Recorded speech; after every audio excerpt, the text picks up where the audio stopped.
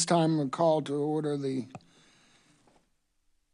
January 15th Zoning Board of Appeals meeting. We have a roll call, please. Ms. Chester? Here. Mr. Cho? Ms. McLaughlin? Here. Roosh? Ms. Uteman? Here. Mr. Warmbrun? Here. Mr. Welch? Here, we have a quorum. Are there any changes to the agenda? There are none. This time, call for approval of the minutes of the September 18th, 2024 meeting of the Zoning Board of Appeals. Move that we approve the minutes of this, did you say September 18th? 2024? Yeah. All those in favor indicate by saying aye. Aye.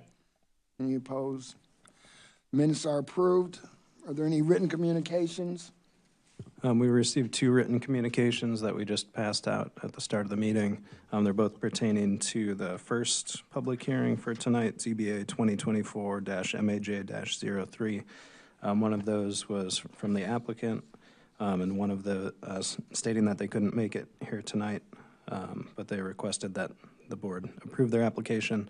The second was from a nearby property owner requesting that the major variance be not granted. Are there any continued public hearings? There are none. At this time, then, I will swear in anyone who desires to speak to the board tonight. Do you swear or affirm that any testimony you give will be true and accurate to the best of your belief?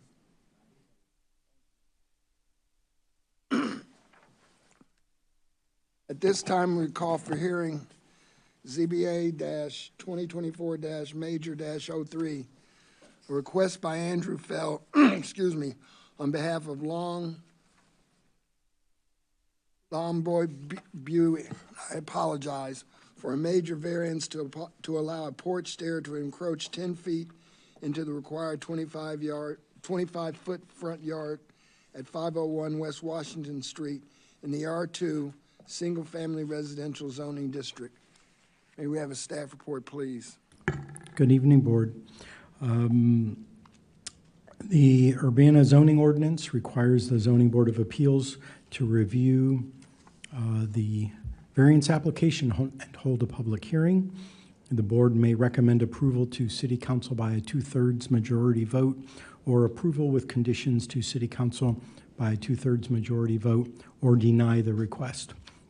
The board should either accept the specific staff findings that you will hear or articulate their own specific findings based on the application's criteria. Staff recommend the ZBA deny the major variance request. The house was built in 1912 and includes a detached garage. Side and rear porches were added between 1973 and 1988. The applicant purchased the property in 2020 in its current configuration. The existing 6x8 porch is outside the 25-foot required front yard. You can see that here on your screen. Its small landing and stairs come off the southwest corner of the porch, here where the cursor is, outside the required front yard, and then proceed northeast and north to connect to the front sidewalk leading to Washington Street. The owner wants to replace the porch, landing and stairs with a 9x25 porch, building addition, fully enclosed, still outside the required 25-foot front yard. The proposed 5x5 replacement landing would encroach the allowed 5 feet into the front yard. So here in the plan set on the left, you see the existing house with the porch and the stairs. The stairs go down alongside the existing porch, travel northeast, and then head out to the perimeter sidewalk. The proposal is to build a new addition with an entrance out the front, the north side. The addition itself would be within the required front yard. The landing would encroach less than the maximum 5-foot encroachment allowed. And then the stairs would further encroach into the required front yard. You see the red line is the 25-foot front yard setback. This is the R2 district, so the minimum setback is calculated as the average of all of those houses on that block face, but no more than 25 feet. This hit the maximum, and so the required front yard is that 25-foot cap. So here's a little close-up, a different page in the plan set. It shows a little more easily the 25-foot required front yard. This black line is the 5-foot encroachment that's allowed by the ordinance. The new porch will be within that, but then it shows the stairs would continue on, and the limit of the stairs, this black line, is within the red line limit of the variance request. So it's supposed to be 9 foot, 6 1/4 inches for that new set of stairs. So there's a few inches of buffer between it and the requested 10-foot encroachment. Okay. And then here's an elevation showing that same information. The new landing would be within the 5-foot encroachment that's allowed, and then the stairs would require another 5-foot variance. Let's see what we've got. Okay. The proposed replacement steps are shifted 8 feet to the northeast and would extend an additional 5 feet for a total encroachment of 10 feet into the required yard. This 10 feet is more than 25% of the required front yard, so that's why it's a major variance, not a minor variance. The property is located on the south side of West Washington Street. The area is zoned R2, as is all the property around it. And the future land use of this area is residential. The variance, as I stated, the applicant wants to replace the porch with a building addition that would provide a street-facing front entrance, a larger landing, and additional living space. The new vestibule would still have a front door facing the street, as it does now, with a larger landing and wider stairs directly connecting with the walk leading to the street, rather than continuing to step down to the west and then turning northeast and north, as is the current configuration. While it would be possible to build the proposed addition with steps facing west, this would not require a variance. The request would allow a more direct path from the house to the sidewalk. The applicant states that the proposed work would be in character with the neighborhood because neighboring properties have stairs leading directly to the street. Here are some renderings. This is what the proposed building addition with the landing and the stairs would look like. This is an oblique view and a front view.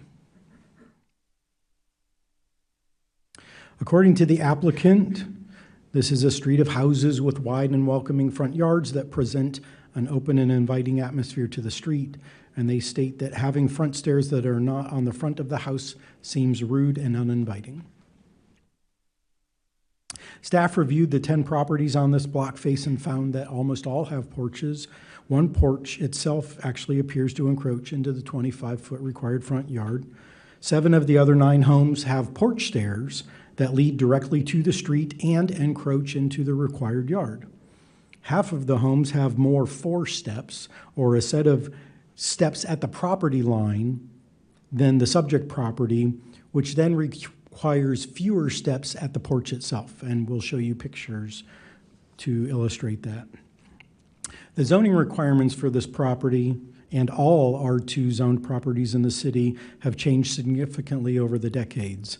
The house was constructed 28 years before zoning was established in 1940, and until 1986, minimum required yards did not apply to steps, terraces, and fences. In '86, the zoning ordinance was amended to create required yards, but allowed landings and open stairs of pre-1951 buildings to encroach 4.5 feet into a required yard. That's landings and stairs specifically.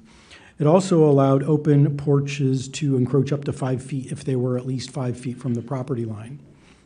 In 2015, the ordinance was again amended to allow landings and stairs of pre-1951 buildings to encroach 5 feet into a required yard rather than 4.5, with the added condition of being at least 6 inches from the property line.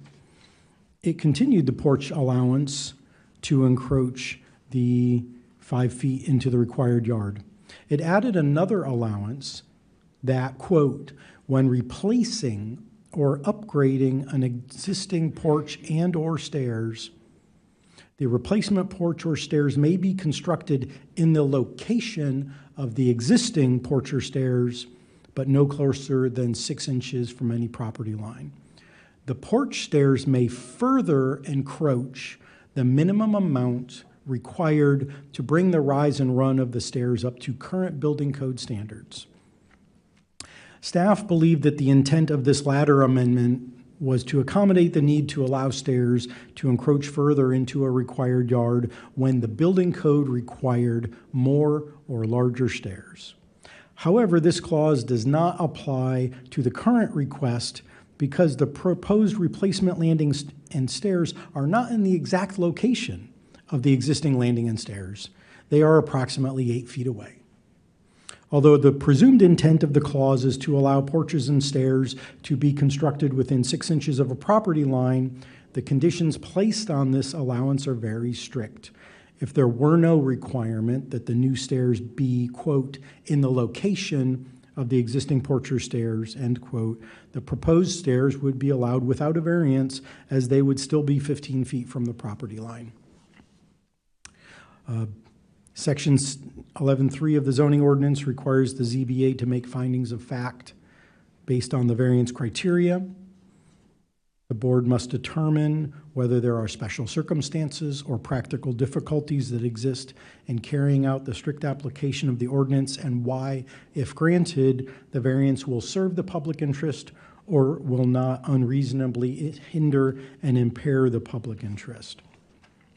So, regarding the initial finding of special circumstances or practical difficulties applying the ordinance, neither the applicant nor staff claim there are any circumstances or difficulties of the parcel that impair carrying out the application of the ordinance. So staff find this criteria not met. However, staff find that granting the variance would not unreasonably hinder or impair the public interest. Second, regarding the variance serving as a special privilege, neither the applicant nor staff claim that the variance requested is necessary, as the new stairs could be built descending to the west, although this would require significantly reducing the size of the addition. However, the applicant asserts that this would render the new stairs unseen from the street, which would be out of character with all but one of the homes on the block face. Staff agree with this assertion. Although allowing the proposed stairs to encroach into the required front yard would be in keeping with the character of the neighborhood, it would still be a special privilege because there are no special circumstances and other homes must comply with the front yard requirement. So staff find this criterion not met. Third, because the current configuration provides safe egress, and another configuration to provide additional living space, a wider landing and stairs is possible without a variance, staff consider the situation as being created by the petitioner. However, staff do agree that the requested variance would provide a configuration with more living space and a more direct path to the street. Again, staff find this criterion not met. Fourth, the proposed porch stairs would not alter the essential character of the neighborhood, as 7 of the other 9 properties on the block face have porch stairs that encroach into the required front yard. In this case, staff find this criterion met. Fifth, the proposed porch stairs would not create a nuisance at this time or in the future. The applicant states that it might actually reduce a potential lighting nuisance for the west neighbor. So staff find this criterion met. Finally, the requested variance represents the minimum deviation from the zoning ordinance's requirements to accommodate the request to provide a street-facing front entry, larger landing, and additional living space. The other alternative the applicant considered was having the front entrance on the west face of the addition, which would defeat the desire of having the front entry face the street. It would also reduce the amount of living space produced because the addition would have to be shortened to provide enough space for the new landing and possibly stairs heading west. So staff find this criterion met. Overall, staff found there are no special circumstances of the parcel in reference to carrying out the strict application of the zoning ordinance. Staff found 3 of the 6 criteria weigh against granting the ordinance and found 2 criteria weigh in favor of granting the ordinance. 2 criteria not met and 3 criteria met, in addition to that there are no special circumstances. I should read my report rather than trying to summarize it. So those are the findings. I skipped over the pictures, and that's the best part of the case. So these are the houses on that specific block face, starting at the east end of the 400 block. This is a double block. We have porch and stairs heading to the street. 403, the same. 405, the same. 407, not really a porch, more of a landing, and stairs heading to the street. 501 is the subject property. 503 has porch and stairs heading to the street. These are the 4 steps that I'm talking about. By adding 4 steps, or I just made that term up, at the perimeter sidewalk, that shortens the number of stairs that you need back at the porch, thereby reducing the potential encroachment of those porch stairs into the front yard. 501 has 1, 2, 3, 4 steps. We've got 3, 4 steps here. At 505, there's 1, 2, 3, 4. So, everybody's elevation is different, but there are ways to get around it. This is one of the ways. 507 has a really far back kind of entrance into the house back here, but with, and it's a single step that comes off the landing, which unfortunately you can't see because of the foliage. 509 has a very distinct porch and stairs, and then like 8 4 steps coming down to the street. And 511 is the interesting exception. It has stairs coming eastward off the porch so that those stairs don't encroach into the front yard, and then a few 4 steps. So that's the block face analysis.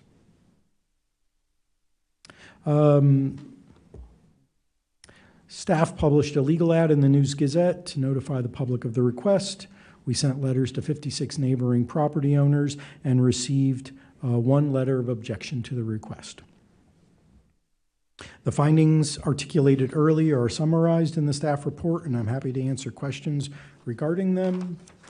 The ZBA has the following exceptions in this case, which is a major variance to allow a porch stair to encroach 10 feet into the required 25-foot front yard, to forward the case to City Council with a recommendation to approve the variance, to forward the case to City Council with a recommendation to approve the variance with certain terms and conditions, or deny the variance request. Staff found that the request was not due to special circumstances or practical difficulties in meeting the zoning ordinance. We also found that the request met only 3 of the 5 zoning criteria. That's a typo. So therefore, staff recommends that the Zoning Board of Appeals recommend denial of the proposed major variance in case ZBA 2024 Major 03. However, if you do choose to recommend approval, we recommend placing the condition on it that construction generally comply with the submitted construction plans. That's the end of my presentation, and I'm happy to answer questions. Also, Mr. Fell is here as the applicant to speak on behalf of the property owner. Thank you, Marcus. Are there any questions for staff? Microphone. What you were saying about the relationship of the 3 steps right down at the sidewalk? Sure. So, say you have an elevation up here at the house and an elevation down here at the street. If you have a front yard that's flat, and then you have to compensate for all of those steps up at the porch, you're going to need a longer stairway, and that means more horizontal distance coming toward the street and a higher likelihood that you're going to end up encroaching into that minimum yard.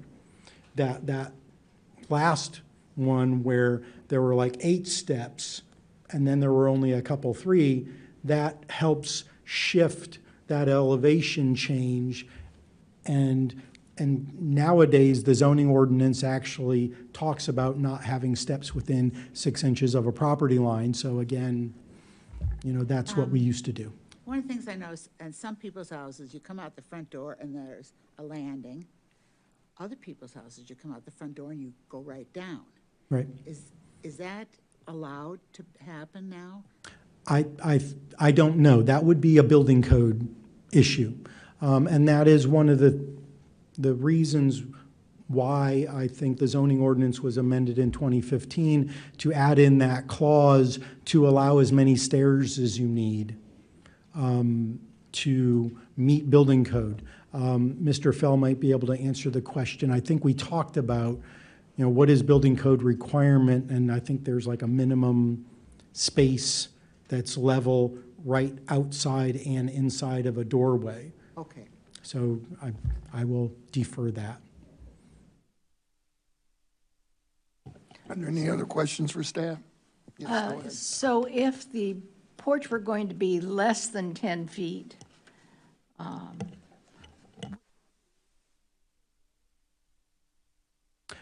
So the porch, I believe, is going to use, the porch could be narrower, shallower, and then the landing would be within the required yard, and then perhaps the stairs might fall within the 5-foot allowed encroachment.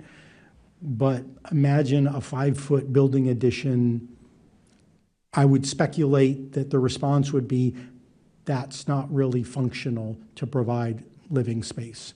We're looking at having an office there, and who's going to function in a 5-foot wide room, which would be this. But technically, yes.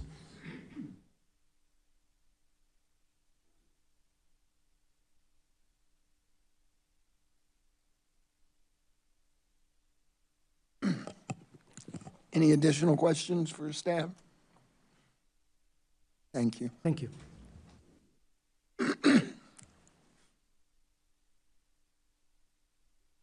The applicant, you have a question? Go ahead. The house to the west is essentially the same basic block. Microphone. The house to the west is essentially the same house, Correct. but that one has a porch. Correct. It has an open porch. Yes. And does the fact that it's open change anything?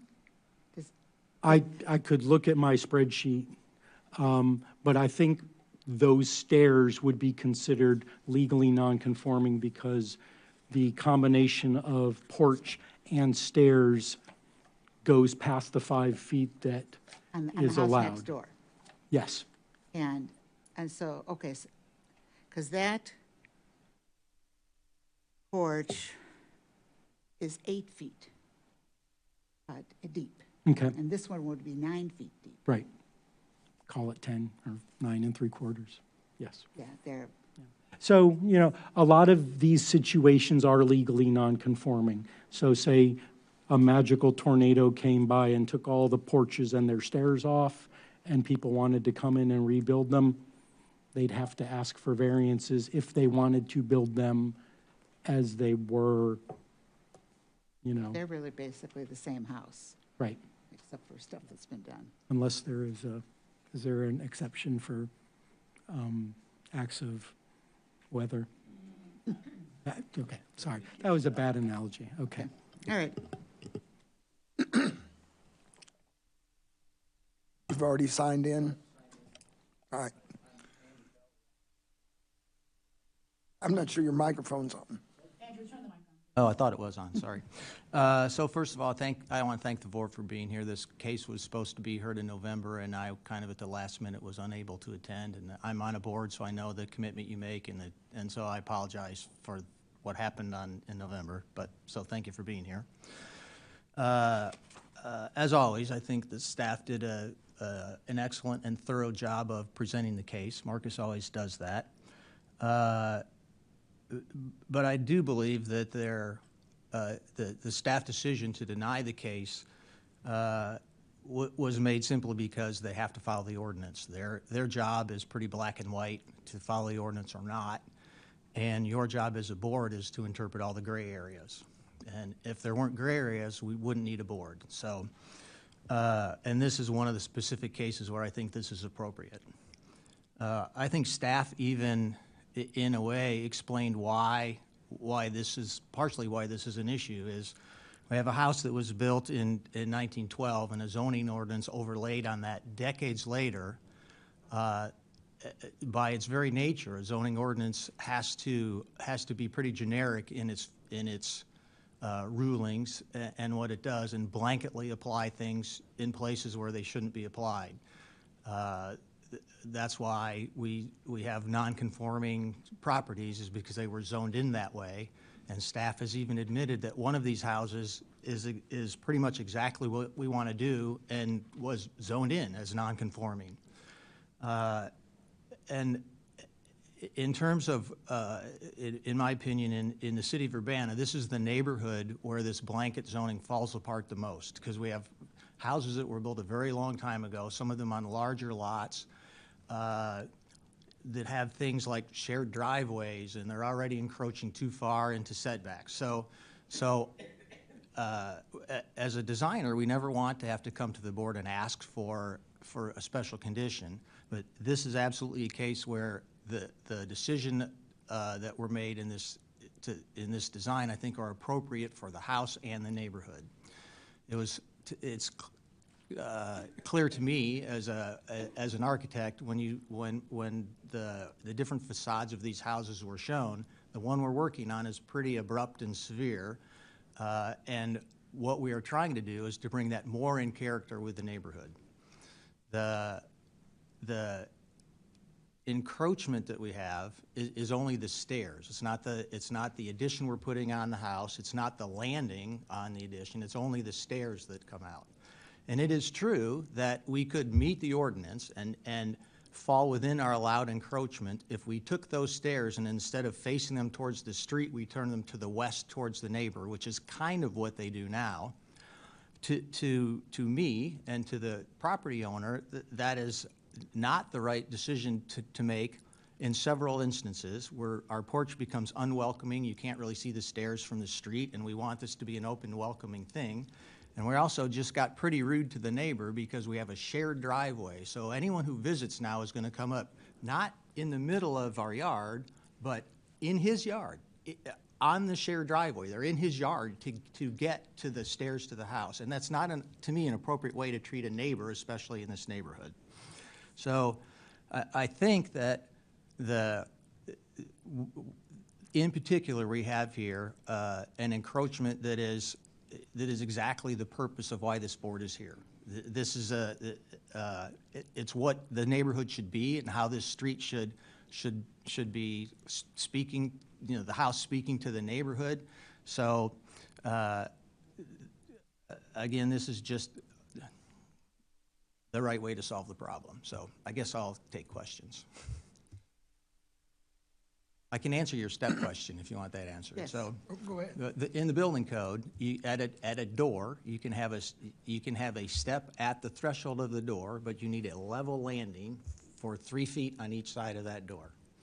What we have here is, because we're coming to the board and asking for a variance, we have a condition where we're flat, right? Our landing is level with our floor inside because that's what we want to do. And our encroachment we can reduce our encroachment by 12 inches only if we step down at the door. That's not the best solution. If we're asking for an encroachment, we're gonna ask for the one we want. And that only, it increases our ask from 4 feet to 5 feet. So it's not, it's So you're very s- intrusive. So you're saying that by code, you're supposed to have 3 feet on either side of the door? Correct, yes. So when you walk up to a door, you're not getting right up to the building and having to step up to go in. You can. No, the building code says you have 2 options, right? You can have the porch and the house be level, or you can have, here's the doors here, or you can have a step there, right? But on each side, it has to be level for 3 feet, right? So we can Okay. have a step there. Our particular design does not do that, again, because we're asking for an encroachment, so it makes sense to ask for the encroachment we want instead of a smaller encroachment that we could use but we don't really want. So you could, in a house, walk out the door and not step on something level. You could just be stepping right down. Correct. Any further questions? Yeah, do any of the other homes have an enclosed porch? Or are they all open porches? It looked to me like they were all open. No, I think, honestly, I don't recall. I prepared for this in November, so I don't remember these photos. I think one did. I think at least one has an enclosed porch. But I think admittedly, most of them are probably open. And the brick one was the brick one is a totally different aesthetic, right? That's set back and. Yeah. So. Yeah, Oh, wait, the one with the garage in the basement, 505 West Washington.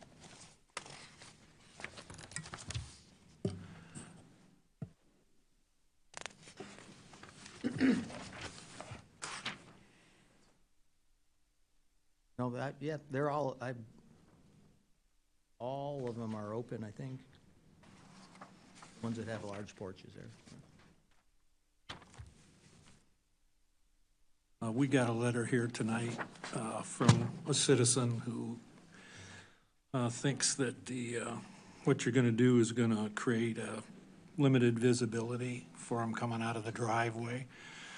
Now, I didn't look at how they turn around, but I assume they come out of the driveway face first. Have you been to the back where the garage is?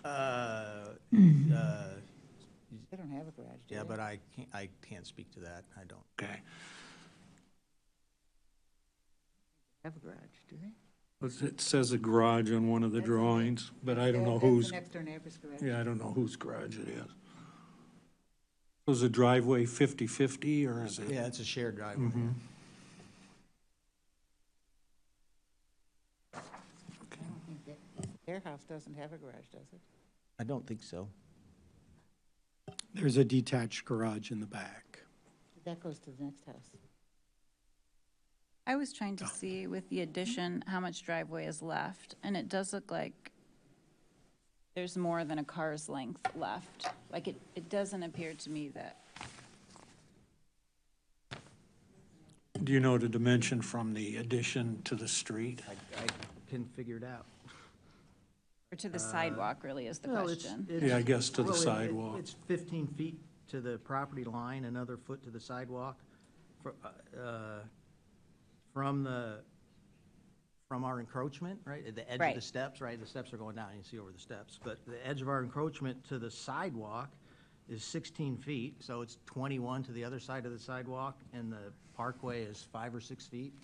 It's a car and a half long. Parking space is 18 and a half feet long, and this is almost twice that, close to that? Okay, great. I think when I responded to Ms. Kalmar, I said, although the stairs would be closer than they were before, they would still be 15 feet from the property line and front sidewalk and still be 27 feet from the street total.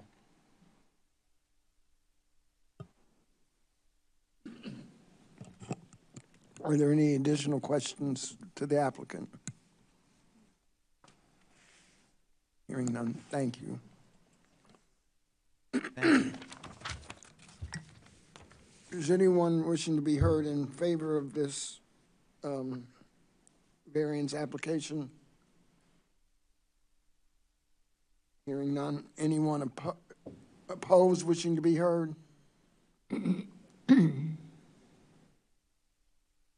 Additional comment from staff based on anything said by the applicant? No, I did just want to clarify. I think when Marcus wrapped up, he said we would recommend denial, but if you are going to deny it, that would be a denial from you. You wouldn't recommend it to city council. If you want to deny it, you just deny it here.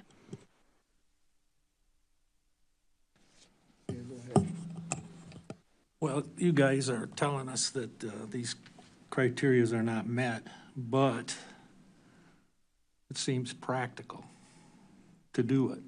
Is that the way I'm reading this? Well, I'm not sure. I mean, so it meets some of the criteria, but it does not, I mean, it doesn't meet the initial criteria, which is whether there is some sort of practical difficulty, a special circumstance. We don't grant variances because it's something people want to do or even because it's the most beautiful thing to do. It needs to meet that minimum criteria first of all. So that's kind of where we stand. It does seem that, looking at the photo, that it would be a pleasing addition rather than having the plain face of the house facing Washington.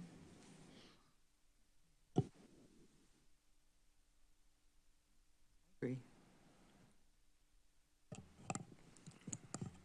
I think that's correct.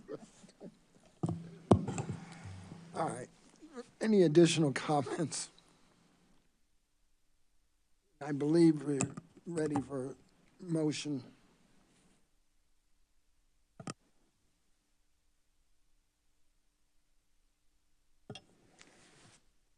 I move that the Zoning Board of Appeals,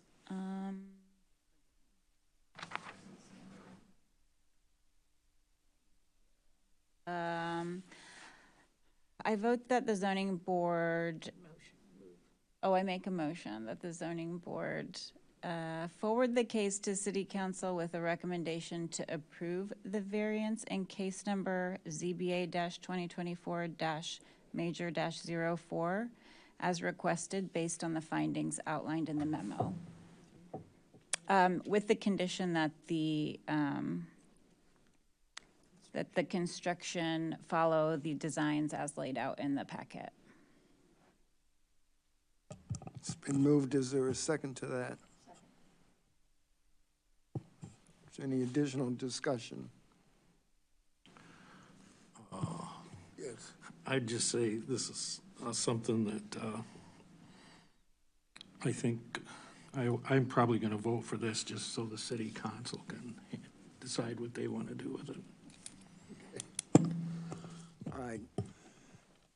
Then I believe we're ready for vote.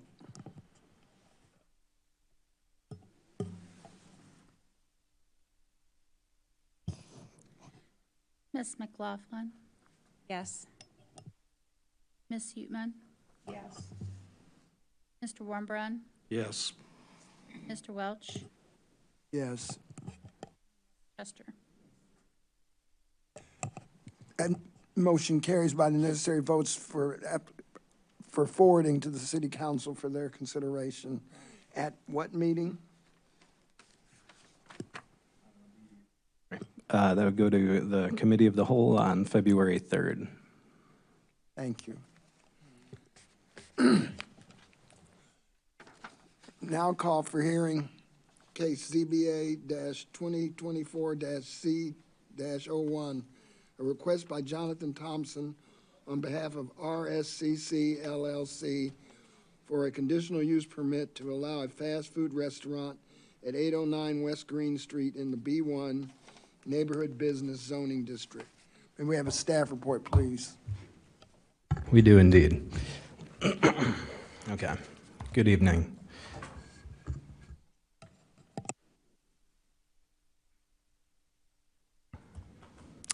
All right. So this is a request for a conditional use permit to allow a fast food restaurant at 809 West Green Street. The zoning ordinance defines in part a fast food restaurant as any establishment which includes a drive-in or drive-through service or offers curb service. Since the proposed restaurant includes a drive-through, it is considered a fast food restaurant, and fast food restaurants require a conditional use permit in the B1 district. Drive-throughs also require a special use permit in the B1 district. So the applicants applied for a special use permit. There will be a public hearing tomorrow night at the Plan Commission to consider that special use permit request. Okay, so this site, for about 30 years, it was a gas station and convenience store, but that closed in 2021, and the site has been vacant since then. It's currently owned by Max Convenience Stores, which also owns the Circle K, which is directly north across Green Street from the site. It also owns all the other Circle Ks in the Champaign-Urbana area. The applicant plans to purchase this property if their requests for conditional and special use permits are approved. So this site is on the southeast corner of Green Street and Lincoln Avenue. It's directly east of the sizable parking lot at the University of Illinois, and it's kitty corner from Hendrick House. As I mentioned, it's across Green Street from the Circle K. To the south is a church, and then to the east is the residential neighborhood. As you can see, it's mostly medium, higher density apartment buildings, and then some other, some smaller buildings as well.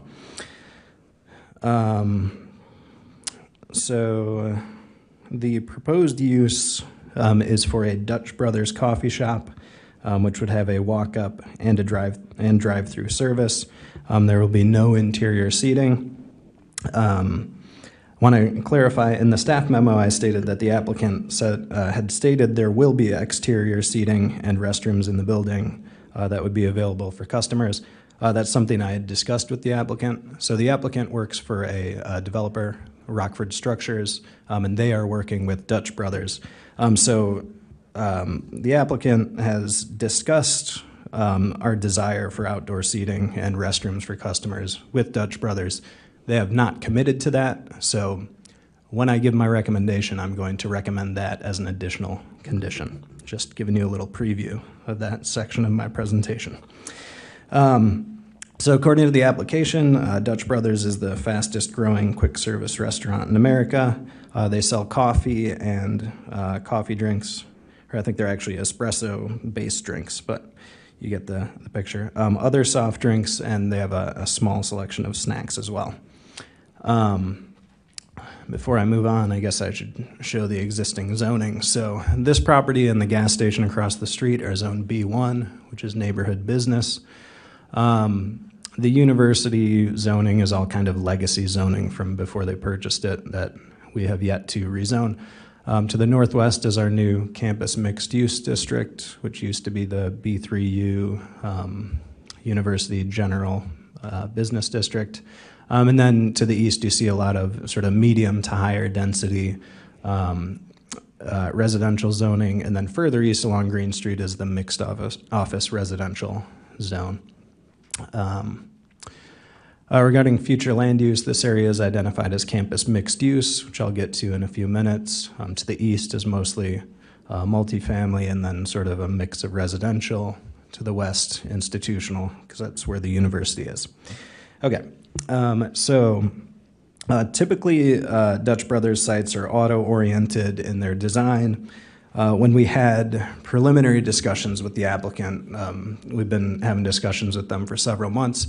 The initial site plans that they shared with us were more auto-oriented in design, so we really talked with them a lot and explained to them what we would want to see for the site, which is something that's more pedestrian-oriented, less of sort of just auto-oriented suburban-type design.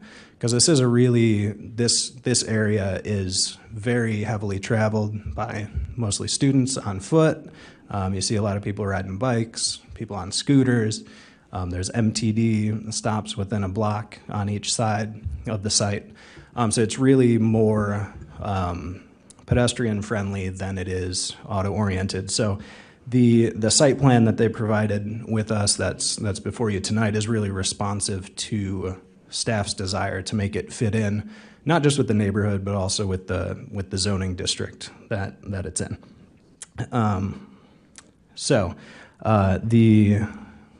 Just for some context, here's some photos, sort of, this is kind of the surrounding context. These are all sort of on the north side along Green Street. So looking east, you can see housing. You can see the MOR, Mixed Office Residential District, down there, some of those smaller buildings with pitched roofs. To the northeast, you've got a pretty decent size apartment building, and then the Circle K is there to the north. Again, northwest is Hendrick House. And then looking at sort of to the edges of the site, and I'll probably get into some of this in a little bit, but it's really essentially the entire edges of this site are just big driveways right now. You have some utility poles that you have to navigate around, so it's not entirely driveway, but it's almost entirely driveways. And then looking at the site itself, here's just some pictures, obviously taken within the last week or so, since there's snow on the ground. But yeah, you see it's an old gas station. It had a car wash there as well.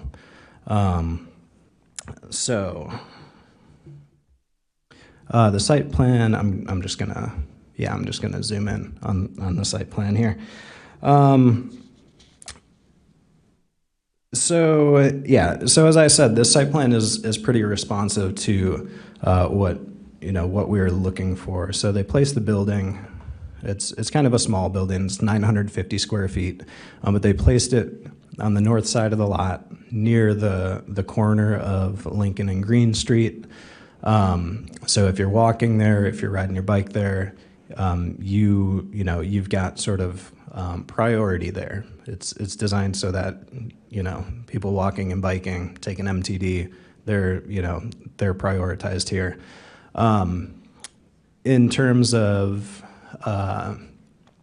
of access, you'll notice, and I'll probably get into this a little bit more, but the whole west side, they're proposing to close that off, which is not only something we would want to see as staff, but we have a recent Lincoln Avenue corridor study that is recommending that whole side be closed off as well, and I'll show that here in a minute.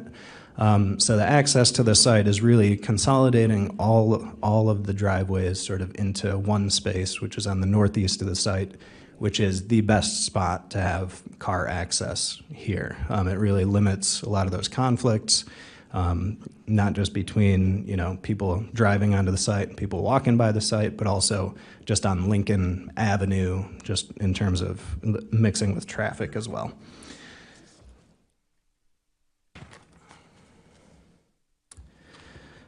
So the comprehensive plan, as I mentioned, it designates this area as campus mixed use. I'm going to highlight some of the elements from that description. So campus mixed use, it's to promote urban style development with a mix of uses, including commercial, office, and residential. It says it should have design that emphasizes a pedestrian scale, close to the street, wide sidewalks, and parking under and behind structures. The design and density of development should capitalize on existing and future transit routes in the area. The proposal doesn't hit all of these points to the maximum level, but it does align with this future land use description in several ways. So it does provide a commercial use that's in close proximity to residential uses. So that's what I'd call sort of a side-to-side or horizontal mix of uses versus all the uses being mixed in one building. And the building is relatively small with respect to the size of the lot, and it doesn't really provide a super dense type of development that is envisioned by the future land use description, but the placement of it on the site and really the overall site design are responsive to the desires to have pedestrian scale buildings, to have them close to the street as well. And while it's hard to put parking behind a 950 square foot building, they did put the parking sort of, off to the side, so it's not in a prominent location. It's definitely not between the building and the street, which is what we would not want to see with, in the campus mixed use future land use area. I'll talk a bit more about parking in a bit, but there are 6 more spaces than the 10 that we would require. In the campus mixed use, future land use, we like to see less parking rather than more parking, but I think they have some good reasons for wanting some more, so I think that's a point that we can discuss with the applicant as well. And one point I made in the staff memo, and I think I make this point quite a bit, is that oftentimes the development regulations in our zoning districts don't really align with what the district says or with what our future land uses say. So while the future land use is envisioning something that's higher density and with mixed uses and in the same building and all that, especially when you factor in minimum parking requirements and other development regulations, it's really hard to actually build those types of buildings especially on a site this size, which is relatively small. So to envision, a larger mixed-use apartment building here might sound great in theory, but in practicality, based on our regulations, it would be pretty tough to do. Just to get a little bit more into some of the specifics of the site plan, in general, it conforms with our zoning regulations. If there's any nuances or little discrepancies, those would be addressed in final site plans, which of course we'd review for final approval. But some areas I'd like to talk about are the access a little bit more, the drive-through itself, parking, and open space and landscaping. So to begin with, access, I threw together this exhibit. So this kind of shows sort of the access. Obviously, you can see the streets, and it's got good access via streets. The pink areas are all sidewalks, so there are many sidewalks in the area. Sort of the pink and white stripy areas are crosswalks. The pink and red stripy areas are driveways. So as you can see, this site has a lot of sort of driveway along it, as does the gas station across the street. That's pretty typical of gas stations. The lighter green lines are bike lanes. Right now on Lincoln Avenue, we don't have any bike lanes, but I'll show you here in a second that we plan to have them in the future. The green, the MTD number 5 green line comes through here, as does the green hopper. The 24 link comes from Lincoln Avenue and goes along green there as well. So there's some MTD access. There's good walking access. There's good biking access. This site has really good access to the site. I guess since I mentioned it, I'll just go ahead and show this. So this is from our Lincoln Avenue study that we just completed. So this is looking all the way between Green Street on the north and then down to Florida Avenue on the south end. So one of the big upshots, well, two of the big upshots are, the idea is to take the 4 travel lanes and reduce them down to 2 with a center turn lane for most or all of the corridor, but definitely in this area. The other big upshot is to have raised bike lanes, like the ones that we have just over here. You can see them on this picture. So the ones that were part of sort of the more intense parts of MCOR when we did that, so the stuff west of Lincoln Avenue. So we're envisioning something similar to that in terms of bike lanes along Lincoln Avenue. And then with respect to this site, the darker green areas are what I'm calling parkway. So it's between those raised bike lanes and the sidewalk. So there would be some green areas there. And now if you go back and look at in this picture on the bottom right, that's the current condition. So you've essentially got sidewalk right up against the street. So we're envisioning it would be sidewalk, a green strip, raised bike lane, then the street. So I'm saying all this just to go back and emphasize that the plans that they proposed are responsive to our future plans for the area because they're already cutting off access on the west. So, in a few years when we go to design and build those things, they're not going to raise a fuss over it, if this gets built because they've already accommodated our future plans. As I mentioned, the auto access being on the northeast corner of the site is really the best place for it. It's as far away from the stoplight as you can get, and it's off a Green Street, which sees less traffic than Lincoln Avenue does. And again, having the building right near the sidewalk, sort of connected with that paved area, having the walk-up window on the north side there, just makes it easier to access if you're walking or if you're riding your bike there. Yeah, sorry, and I didn't include in my presentation the elevations, but I believe the walk-up window's right here. So this dotted line, and then it shows these rectangles. I think those are sort of pillars for the overhang.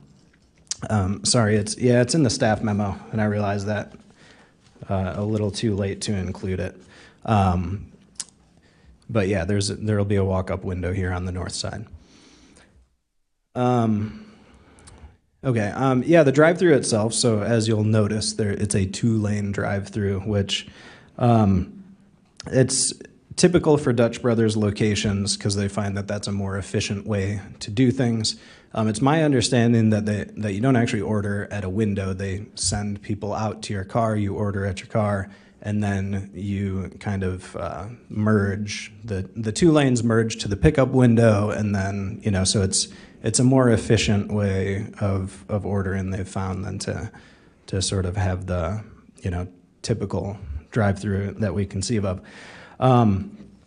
And, so a 2-lane drive-through, on the face of it might sound less desirable than a single-lane drive-through, but it would allow for more queuing on-site, which we feel would be beneficial in this location, especially with all the traffic of every kind, whether it's car traffic or walking or biking that goes by this site.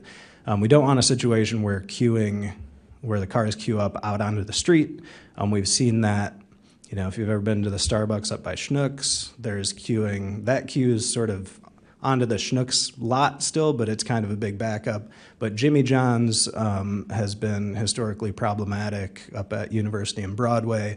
They have, with the single lane, people have queued up onto Broadway and caused issues in the past. So yeah, while two drive-through lanes might seem, twice as bad as one drive-through lane, or however you want to look at it, in this case, it actually seems to make sense. So it seems like the best design for this site, and is actually preferable. So parking, most of the parking on the plan you'll see is on the east side of the lot.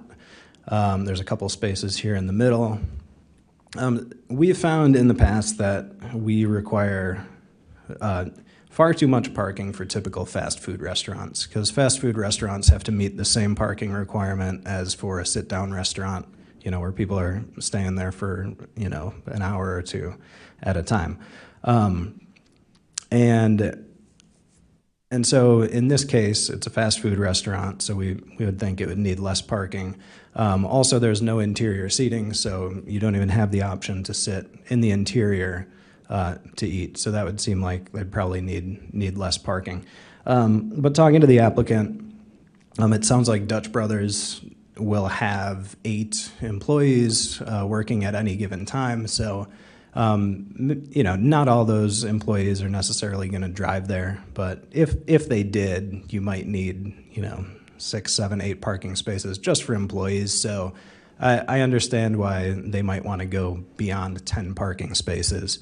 16 might be more than they need. So I think that's up for discussion. And the applicant's here, and I'm sure he'd be willing to have that discussion with the board as well.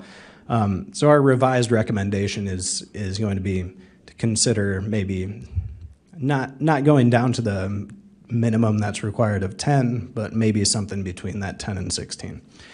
And then finally, regarding open space and landscaping.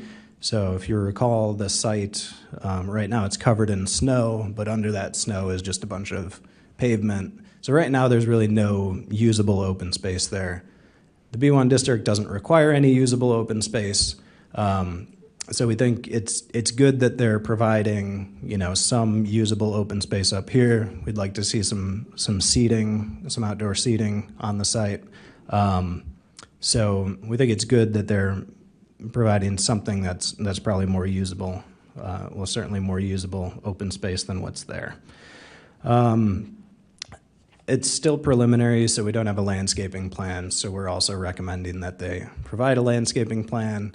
We'd probably want to, at a minimum, see some sort of bushes, shrubs, something along the western edge. It'll probably make it look nicer. It'll soften that edge, but it'll also prevent headlights from, shining out onto Lincoln Avenue as well. So that could provide some screening as well.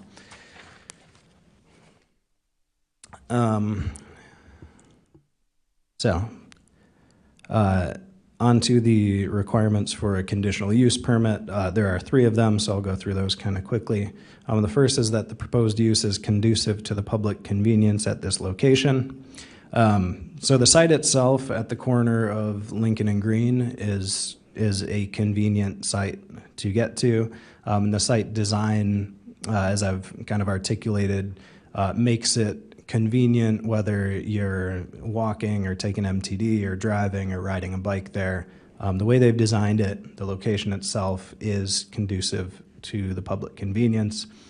And also having the drive-through as it's set up with the 2 lanes and preventing queuing, hopefully preventing queuing from going out onto Green Street, and also closing off Lincoln Avenue.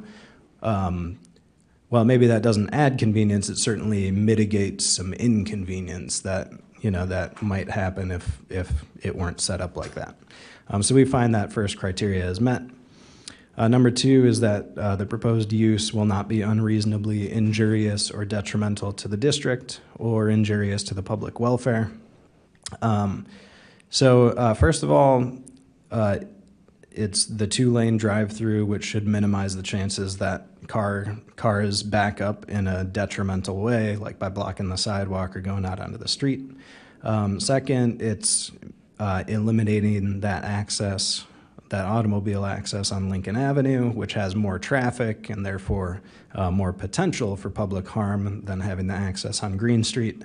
And then lastly, the auto access to the drive-through has been placed, again, it's been consolidated to that one drive-through from the northeast corner, which is really the least problematic place to put it. So we find that this criteria is met as well. And then the final criteria is that the proposed use conforms to the applicable regulations and standards of and preserves the essential character of the district in which it's located. So the B1 district is intended to provide commercial areas of limited size for the convenience of adjacent residential areas for needs occurring regularly or frequently. So as a coffee drinker, I can say that coffee is a daily need. It's a frequent need and regular need. So I think this meets that, the use meets that. And while a drive-through would serve customers who don't necessarily live adjacent to the site, it has been designed in a way that if you live nearby, you can walk to it and you actually have priority, which I think is a good thing. So that's giving convenient access to the people in the neighborhood first. And I note this in the memo, the site is located on a really prominent street corner. There are a lot of people passing by every day who do not live in the neighborhood. So to assume that this would be a spot that has a business that only serves the neighborhood is would be kind of silly. We want something there that's serving the neighborhood, but also it's okay if it serves people from outside the neighborhood. So we find that criteria is met as well. So the zoning board has a few options here, is to approve the conditional use as submitted, to approve the conditional use along with any conditions or requirements, or to deny the conditional use. I've got some recommendations that are slightly different, which are kind of bolded here, and also the highlight here. The rest of it's all the same that was in the staff report. But number one is that the development generally conforms to the submitted site plans. I have added that outdoor seating areas shall be included in the final plans because we would really like to see those. And then number two is changing that slightly to say the number of automobile parking spaces shall be blank at most, whatever we think is a reasonable amount. Number 3 about the 6 bicycle parking spaces, that's fine, that's the same. Number 4 is requiring a landscaping plan. And then number 5, which might be redundant because I believe if we require outdoor seating, they would need to have restrooms available to customers, but just reinforcing that restrooms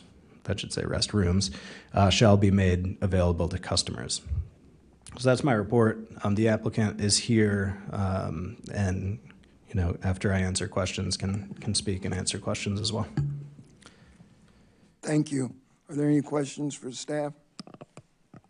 I do have a question. I gather that you order from your car and then drive up and pick up your order at the window? I believe that's how it goes. We can ask the applicant that as well.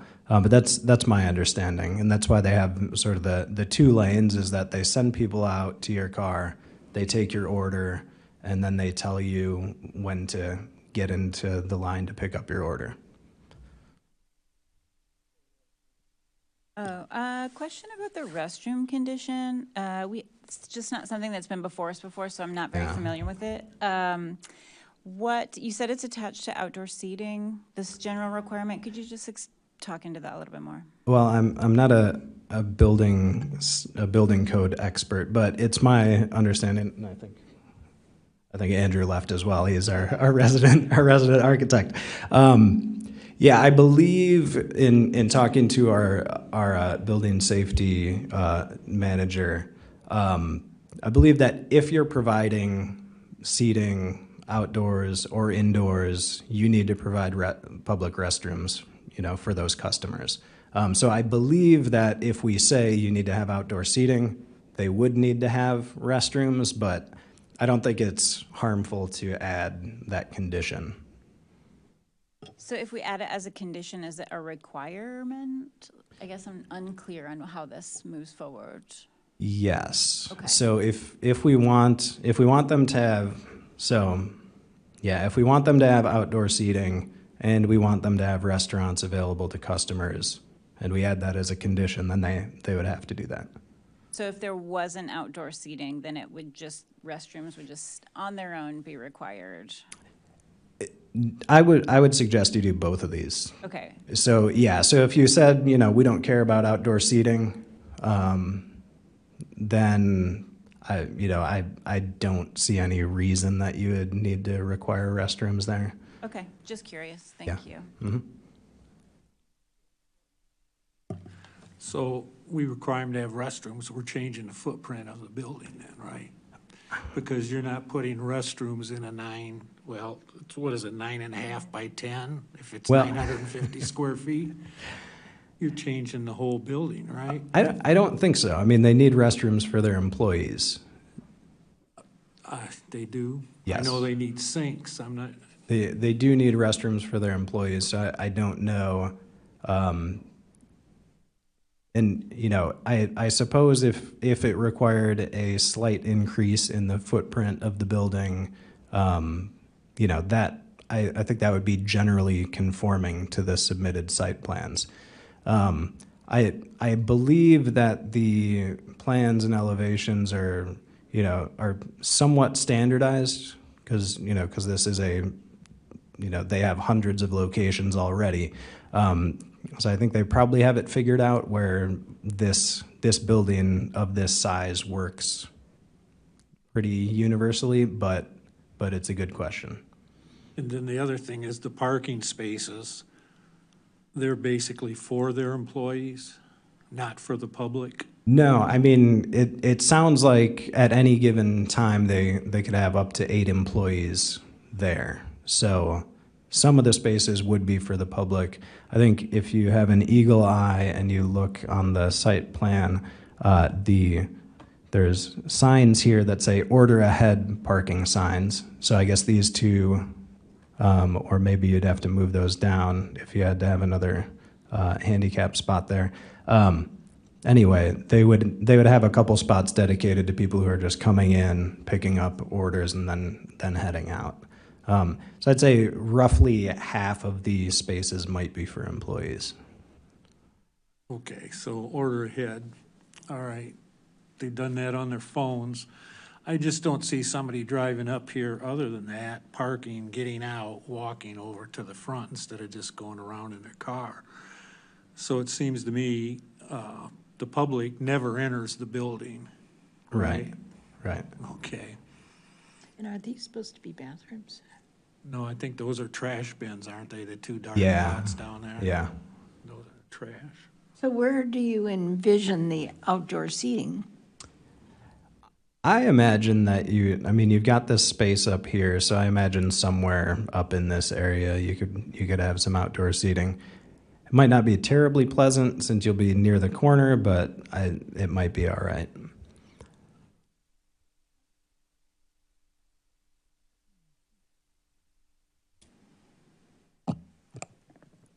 Any further questions for staff?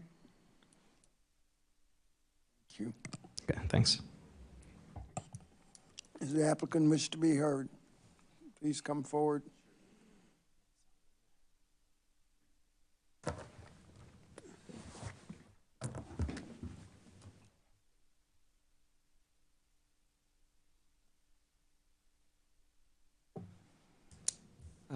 Hi, my name is Jonathan Thompson, represent the developer RSCC.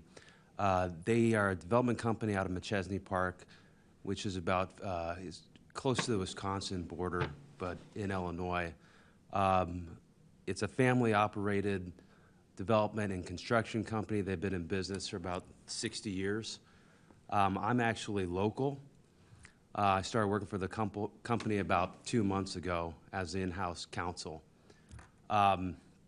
Little side note, my dad actually operated a business in Urbana for, I think, 50 years, Skip Thompson Rentals, appliance shop. So I kind of spent my summers in Urbana working in his appliance shop and getting to know the area, roaming the street, going to baseball games and stuff at U of I. So I think it's pretty cool to sit in front of you guys and come back to this place. So Urbana is a place that I'm very familiar with. I think working with Kevin has been fantastic. I'm pretty new on this. We had another guy in our office that was working closely with Kevin, and he's been fantastic. And I just want to commend you on the staff that you have, because it's been very helpful even in the last week that I've kind of jumped on this. I agree with a lot with what Kevin said. He stated our case pretty well. Some of the conditions I agree with that he set out, and in the parking condition is probably the one, and he's changed his stance on it a little bit.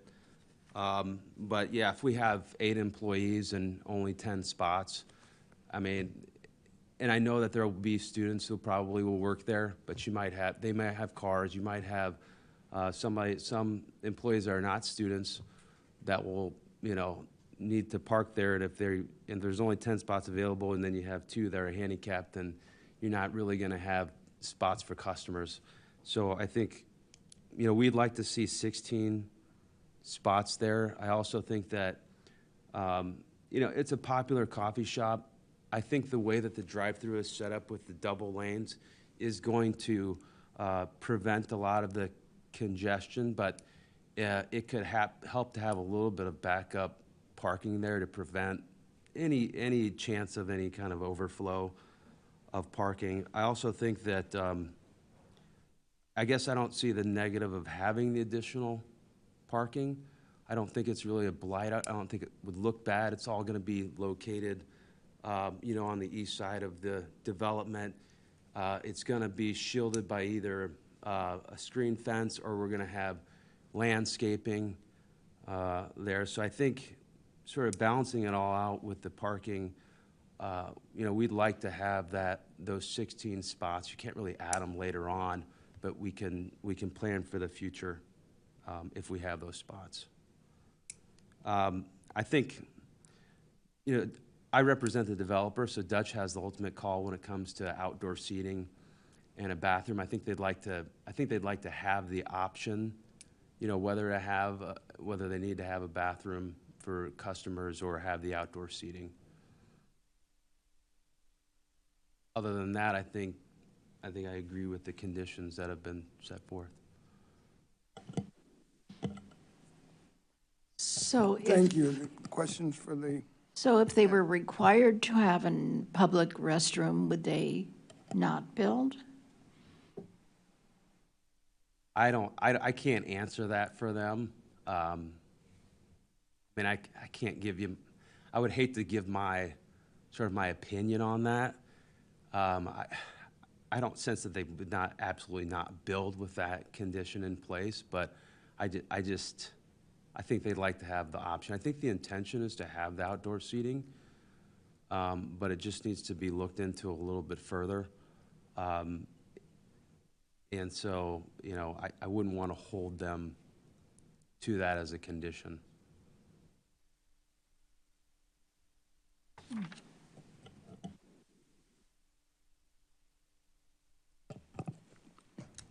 any further questions for the applicant?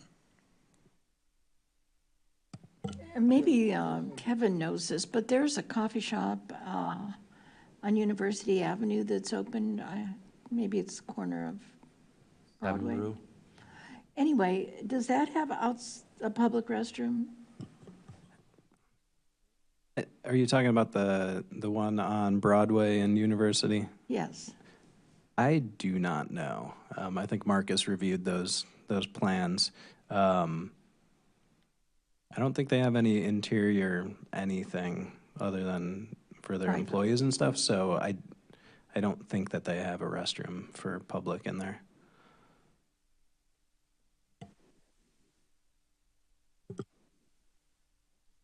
Private.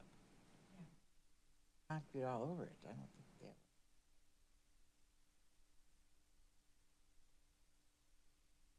Are any further questions for the applicant? Thank you.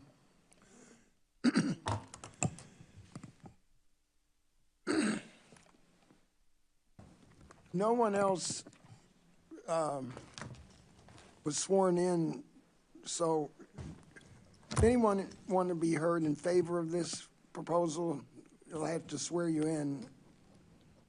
Or anyone want to be heard in opposition? All right, hearing none then. Any further discussion? Go ahead. Okay, Kevin. Confused. If we come up with a proposal that they don't like, they could refile again. Yeah. Yeah, that's true. Without knowing exactly what their intentions are, I think it's kind of difficult here to, come up with what we want to do. We could go along with your recommendation, and then if they don't, I think the bathrooms, I mean, to me, I think we can figure out how many parking spaces they need. I've got an idea. Okay. Well, okay, so you make the ultimate decision on the conditional use permit. I'm wondering if, if those conditions, if you made a soft recommendation on the bathroom outdoor seating conditions, I could try and get an answer before it goes to Plan Commission tomorrow. Because Plan Commission has we're recommending the same conditions to Plan Commission, right? I could try and get a better answer from Dutch Brothers tomorrow before we go to Plan Commission. And, if you had a soft recommendation, I could say, zoning board, approved the conditional use permit with this recommendation, with the intent of us getting a more firm answer before. So it's got to go to Plan Commission and then City Council ultimately. So there's kind of a unique situation in my time here where there's, where it's essentially the same case going to you all and then going to Plan Commission and then to City Council. So that's an option. Well, Absolutely get an answer. Okay, just for the record, the applicant said that they could get an answer on that. so do we have to say anything about bathrooms and outdoor seating?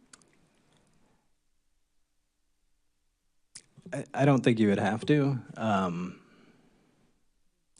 we just, are you just asking us to approve a conditional use permit to have a drive-up coffee place? Yeah, I'm just trying to think because, so the Plan Commission case is slightly different in that theirs is for a drive-through as an accessory use in this district, whereas the zoning board's purview is sort of the use of the drive-through fast food restaurant, all that together, right? So the Plan Commission's purview might technically be narrower, so I don't know, if their special use to allow an accessory use drive-through, if they could have a condition in there that says, and you should have bathrooms. Place to have bathrooms? I mean, I think that's probably the cleanest way to do it.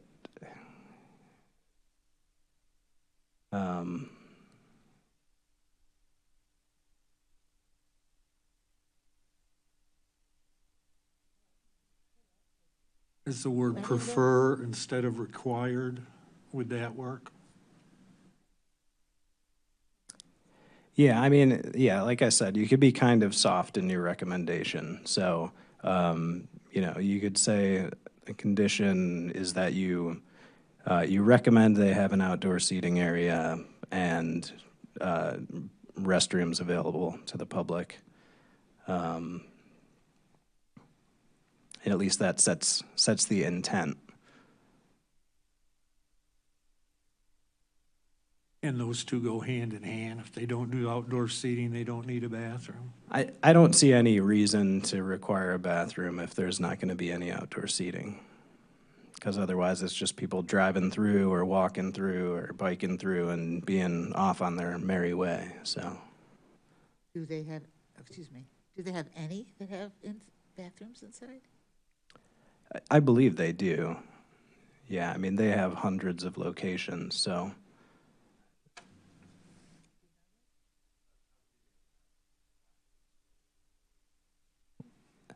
Well, yes. Do you know if they have any with bathrooms for the public?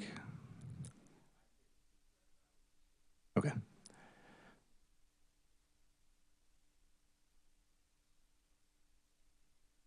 Any further discussion? Ready to have this Call for motion. Can you put your slide back up there? Yeah. Well, what do we think about parking spots?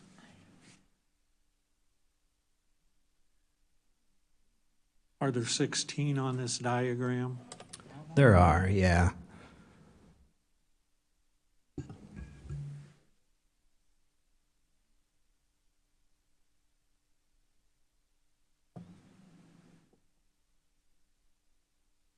Oh, sorry. I was just thought we were all looking at the diagram again. You know, I was thinking in terms of parking, you know, you not only have the employees, you have the managers, you have the food inspectors who come along and code enforcement, et cetera, who need a place to park. Health inspectors, Pardon? health inspectors. Yes. Health inspectors, whatever.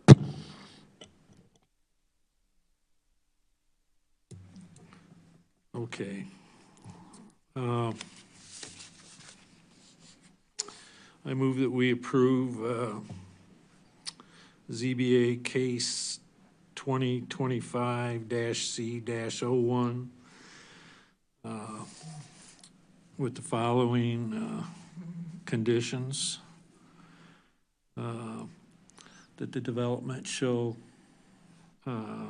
conform to the submitted site plans. The number of automobile spaces shall be 16 at the most.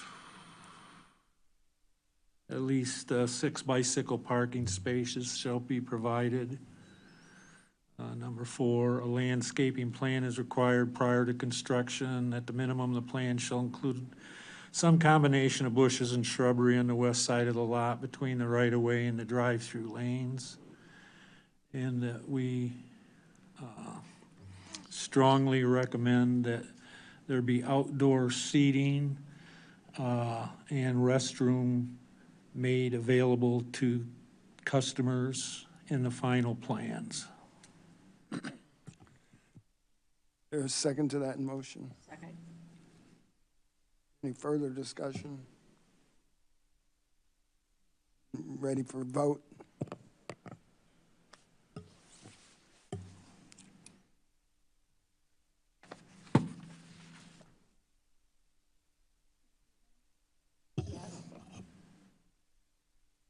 Mr. Warmbrun, Yes. Mr. Welch, Yes. Chester, Yes. Yes. That, Passes. that motion is approved. Yep. That doesn't go to council then, does it? No, no, that's approved. Thank you. Want to take a slight break. Bath.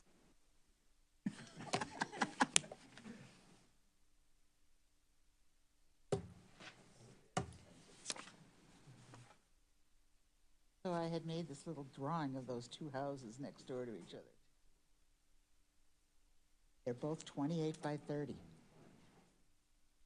Built a few years apart. Oh, yeah. Originally, I think they were, identical enough. People on the west, they put on that porch with the hot tub. They used to have a swimming pool. That's there, that three-car, that big garage is the house. No, there's no garage. There was a shack. Okay. Like a shed. It was, like an original garage. Barely fit a car. I don't think they ever put, I don't know.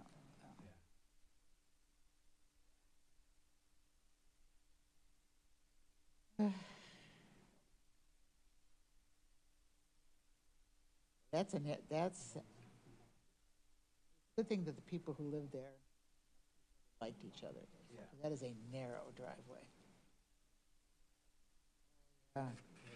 Well, and there was this one place, people didn't like each other at all.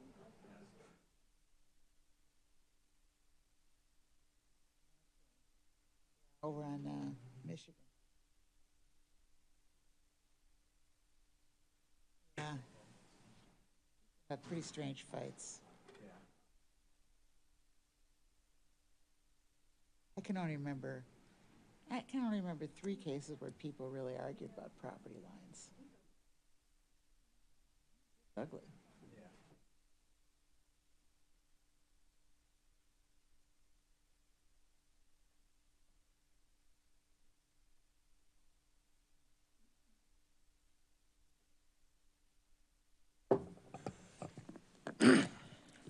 Is there any old business, Kevin? There is none. New business? Nope. You have no audience. Your staff report?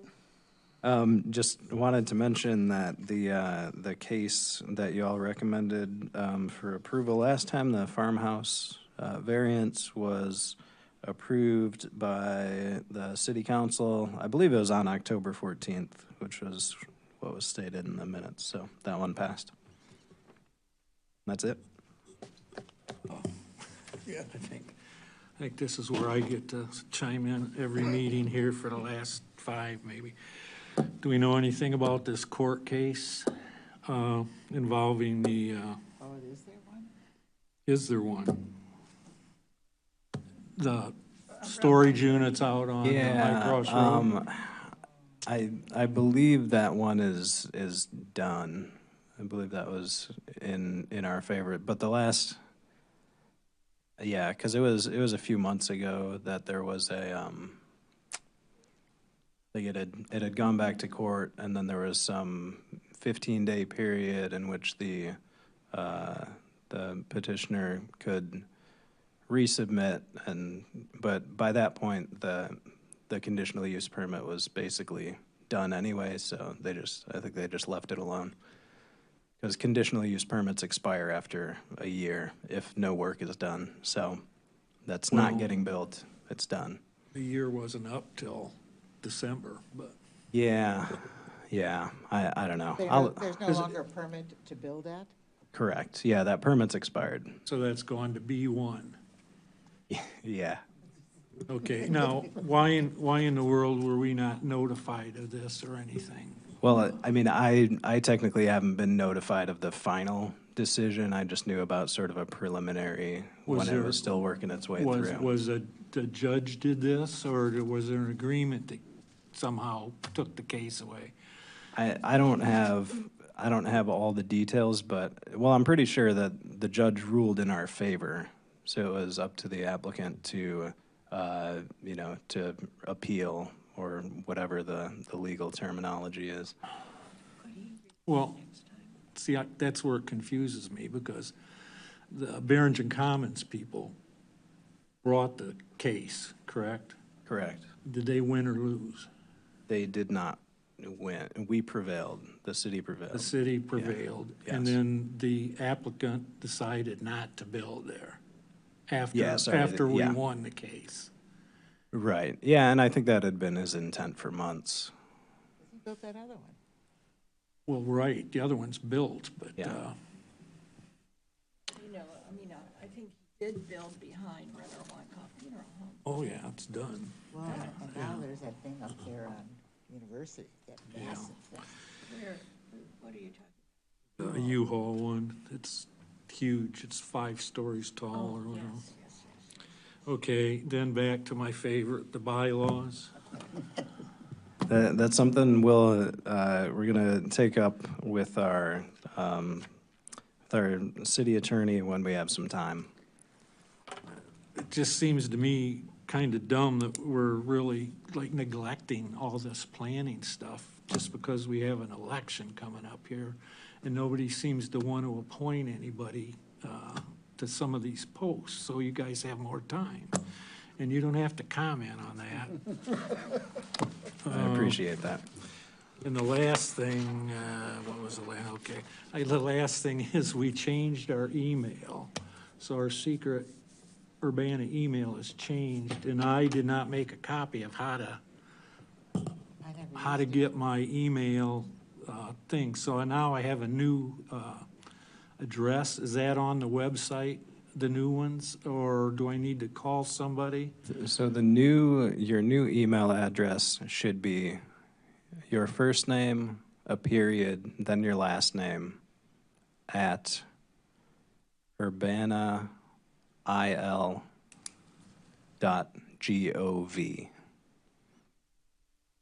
UrbanaIL.gov. And what are we supposed to find out? Well, that's your new city email address, so that's where all official correspondence goes. I just wait till she posts the, Right, I do too. wait till it just comes up on the city stuff, and then I look.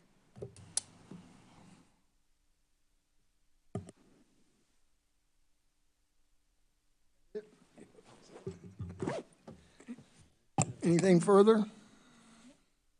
And we are adjourned. All right, thanks.